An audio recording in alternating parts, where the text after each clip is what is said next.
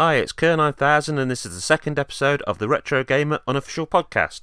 Or as I'm going to be talking about pirate games today, let's call it the RJU Pirate Radio Cast, an episode on pirates and Atari porn, me hearties. So grab your rum, open your ear holes, and let's get to it. For those who missed the first episode, hi, I hope you enjoy this podcast, and for those of you returning, welcome back. So let's start with a lightning fast recap. Last time I talked about how the world of multiplayer gaming has changed over the years, and reviewed the year 1996. Talking about both what happened in the world of gaming and briefly talking about the year in general. If this sounds good and you haven't heard it, then why not give that one a go after this? So with that done, let's get on to today's first topic. So let's start things off classy, with the story of the Atari VCS hardcore pixel porn game cartridges. This topic is about as retro as you can get, seeing as its setting is during the days in which the very early home video game industry started to take shape. It was the early 80s. This was what I'd call the cowboy days of video game developing, when all kinds of companies were experimenting with all kinds of different content in order to work out what would be a hit with consumers and, most importantly, what would make them a shed load of cash. It was during this time that a certain company launched a bunch of primitive pornographic titles for the Atari VCS video cartridge system, what we would now call the Atari 2600. These explicit titles were developed by a company called American Multiple Industries, and it produced this line of unauthorized pornographic video games for the Atari 2600 under the title Mystique Presents Swedish Erotica. The brand name Swedish Erotica was licensed from a series of pornographic films by a porn company called Caballero Control Corporation. Caballero Control Corporation was founded in 1974, making it one of the US's oldest surviving porn studios still in existence. And during its lifespan, it has made films with loads of the big names in porn such as Marilyn Chambers, Ginger Lynn, John Holmes, Tracy Lords and Ron Jeremy. American Multiple Industries has not done so well though. They exited the video game industry with their share of the rights to the games they had produced being sold to a spin-off company called Playaround, which continued to produce pornographic games for, well, not that long either, going by my research. There was nothing Swedish about these games though, with them having been programmed in the United States and manufactured in Hong Kong. Atari ended up suing them to block the production of their games. So I'm sure a lot of you will have already hit the major issue with porno games on the Atari 2600, and that's the fact that this system was not capable of rendering anything that looks even remotely human. So unless you have a particularly strong fetish for really small pixelated squares, then I really don't think this is going to tickle your funny button. Having read this, I needed to share it. This is text from the actual game manual from their 1982 release, Custer's Revenge. The world of electronic video games is a most exciting concept. It uses computer-generated images to challenge the player's imagination, to create a fantasy situation that offers a challenge. We at Mystique feel that it's time for video games and their adult players to come out of the closet, away from the kids, and deal with adult fantasies. Our own team of design engineers has developed a line of games that don't just stop at adult, but push the Atari console to the limit. I can't help but think if you had a sense of imagination strong enough to make this stuff erotic, then you probably don't need a plastic cartridge to prompt you. So what kind of gaming treats did they offer up?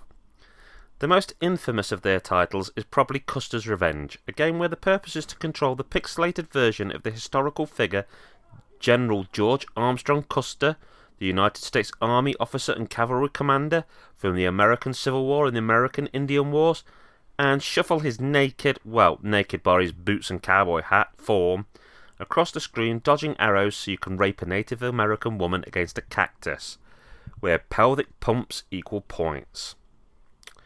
Wow, I can't even believe I'm trying to explain that on a podcast. This is not the only masterpiece they managed though. They also made a game called Beat 'em and Eat 'em, where a guy with a Johnson built like a jackhammer jacks it not in San Diego, but off a building, while two naked women walk below with their mouths open and waiting. I say naked women, but again I have to tell you, a bunch of badly formed pixels. It's just mind-blowing. So how much were you going to pay for the pleasure of sampling these games back in the day? Well, they were around $50, usually kept behind the counter in a leather-style casing, so I guess at least that means they were not on the shelves. Knowing how games usually translate from dollars to pounds though, that means if they came to the UK, they were probably around £50.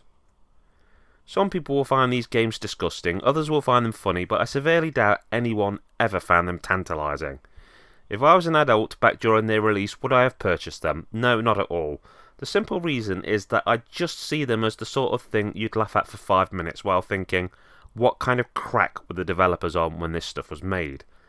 Maybe you'd show a friend who'd laugh and have a similar reaction. Which, if it had been a $1.99 Spectrum tape, I'd think, well, that's worth it. But there's no way I'd pay £50 to own what, in my opinion, is little more than a dark joke in cartridge form. So what do you all think? So, video game pirates was a very hard topic to research online, as it starts bringing up a list of people Nintendo have tried to take to court, rather than the swashbuckling stars I was after. It's kind of hard to pinpoint the first ever time there was a game about pirates, but the first one I can think of would be Pirate Adventure, also known as Pirate's Cove, which was released back in 1979. It was a text adventure program written by a guy called Scott Adams. The setting of the game was inspired by Robert Louis Stevenson's 1883 novel Treasure Island, and involved a quest to retrieve Long John Silver's lost treasure. I played a few of these games as a kid, but personally I find them hard to go back to as an adult. They arguably require an even more active imagination than Atari Porn does. After this came the microcomputer games with graphics, which included Booty, which is probably best described as a primitive pirate platformer, and Treasure Island. And of course, Treasure Island Dizzy, if you really want to push the boat out, forgive the pun. Now I need to talk about the first pirate game which I think really let you experience something which approximated the life of a pirate, and that's Sid Meier's Pirates, a video game created by Sid Meier, of course, for the Commodore 64 and published by Microprose in 1987. The game is a simulation of the life of a pirate, a privateer, or a pirate hunter in the 16th, 17th and 18th centuries. It was widely ported to other systems and re-released first as Pirates Gold and then years later as Sid Meier's Pirates again, in 2004 to be precise. Pirates is a single-player open-world game. The gameplay is open-ended. The player may choose to attack enemy ships or towns, hunt pirates, seek buried treasure, rescue long-lost family members, or even avoid violence completely and seek to gain your fame and fortune through trade. The game has no real end and instead ends when the player retires, at which point they are given a position in their future life, from beggar to king's advisor, and this is based on the accumulated wealth, land, rank, marital status, and other various in-game accomplishments. It's sort of like the Elite of the Sea, and to me at least it's one of those games that is almost infinitely replayable.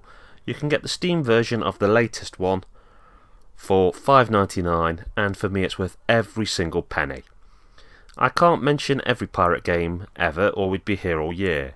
One thing I do know, though, is that you can't mention pirates and video games without mentioning the Monkey Island series. It's like a law or something. This series of games is fondly remembered by many gamers for making them laugh out loud over the years. It's a series of games created by Ron Gilbert for LucasArts, with their shameless pop culture references, Easter eggs, and a cast of awesome characters, including the sharp-witted wannabe pirate Guybrush Threepwood and the evil pirate LeChuck. It's just a great slice of retro fun. Pirate characters have appeared in all kinds of fighters, but that's a topic for another day. I guess I should briefly touch on the last pirate game that really pulled me in, which would be Assassin's Creed 4 Black Flag, which, having released about 9 years ago now, I guess I can get away with referring to it as retro, even if saying that makes me feel old as the hills. Now, I wasn't a massive fan of the first couple of Assassin's Creed games. I found them a little bit boring. It was essentially climbing massive towers and then following people around, stabbing them in the back and listening to them slowly tell you their life story while dying for what seemed like eternity. However, Black Flag, much like Sid Meier's Pirates, just gripped me.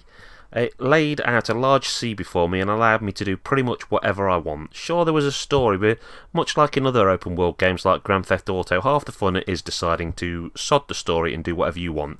And what I wanted to do was take to the seas and plunder every vessel I laid my eyes on. And I think it's great fun in that capacity. Sure, I eventually went on to finish the story mode, but it's one of those games where you can spend loads and loads of time just making your own fun and deciding what you're going to do yourself, and in that way you really do feel like you've got the freedom of the sea. Well, with Sea of Thieves still being pushed and Ubisoft releasing Skull and Bones later this year, I don't think pirate games are in any danger of going away. But will they ever hit the heights of old again? Only time will tell. So that brings us to the end of the show. I hope you've enjoyed it, and once again, if you missed the first episode, then why not give it a listen? And more importantly, I hope you join me next time for even more retro goodness. But in the meantime, if you want to find more retro chat, then join me on the Retro Gamer Unofficial Forum, which can be found at www.retrogamerunofficial.com. It's a great place that's growing every day, full of awesome people happy to chat about retro games and other topics, so why don't you join up and join in? Also, you can find my various YouTube videos, including a great little series on Master System arcade conversions, lots of Super Nintendo reviews and horror movie reviews. If you look at my name on YouTube, Kerr9000, Kerr 9000 in numbers. I'd also like to give a quick shout out to some of the other awesome YouTube creators who you can find on the Retro Gamer Unofficial Forum. This includes 81632bit, who produces some awesome reviews. Merman 1974, again, he covers a lot of retro subjects. USR1 Retro, and Peds Reviews, who's done all kinds of reviews, including very cool short form factor reviews, which are great for when you just want something that you can quickly watch. I'm sure there's some people I've forgotten, but that's even more reason to get on the Retro Gamer Unofficial Forum, join in the chat, and see what awesome links you can find to other stuff. Once again, thank you very much for joining me, and I hope you have a great rest of your day. Keep on gaming, and most importantly, take care of yourselves. Laters, taters.